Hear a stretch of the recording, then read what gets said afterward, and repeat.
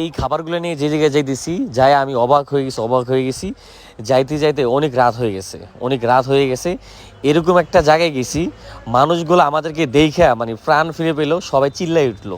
তবে দুঃখের বিষয় যাদের ভোট ছিল তাদের কাছে ভোট চাইয়া না পেয়া শেষ পর্যন্ত কলা গাছ দিয়ে ভেড়ে বানাইলাম, ভেড়ে নিয়ে যাইতেছি সেই জায়গায়। তবে সাপ থাকে, ঝোঁক থাকে, অনেক কিছু থাকে, সেই ভয়ে কিন্তু কোনো কাজ করতেছিল না। টেনশন একটাই, ঠিকমতো যেন মানুষদেরকে খাবারগুলো পৌঁছে দিতে পারি। তবে আমাদেরকে দেখা উপরে যারা হেলিকপ্টার নিয়ে যেতেছিল, হেলিকপ্টার, তাদের কিন্তু আমাদেরকে দেখে মায়া হয়েছে।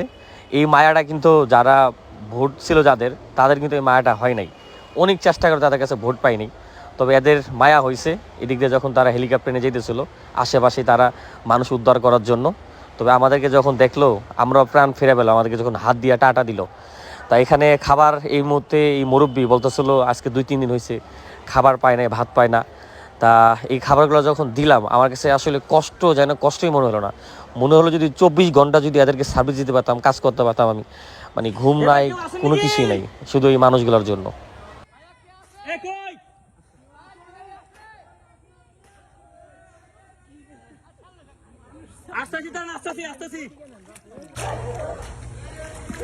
কি আমার এই জায়গাগুলো ফেনা এ পাশে দিয়ে আসেন। হ্যাঁ আচ্ছা, ওই পাশে আসবো। এই 7-8 জন আছে এখানে। 7-8 জন এখানে, 4টা 5টা 10টা দিন 6টা এত পানি হয়েছে যে সিঁড়ি ডুবে গেছে। তা সিঁড়ি ডুবার কারণে দেখেন জানলা দিয়ে কিন্তু মই বানাইয়া এদিক দিয়ে কিন্তু উপরে উঠতেছে, এত পরিমাণ পানি।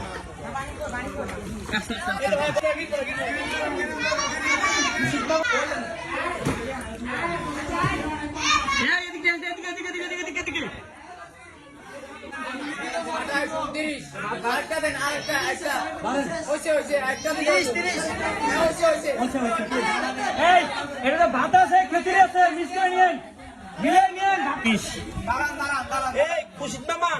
ভাই টান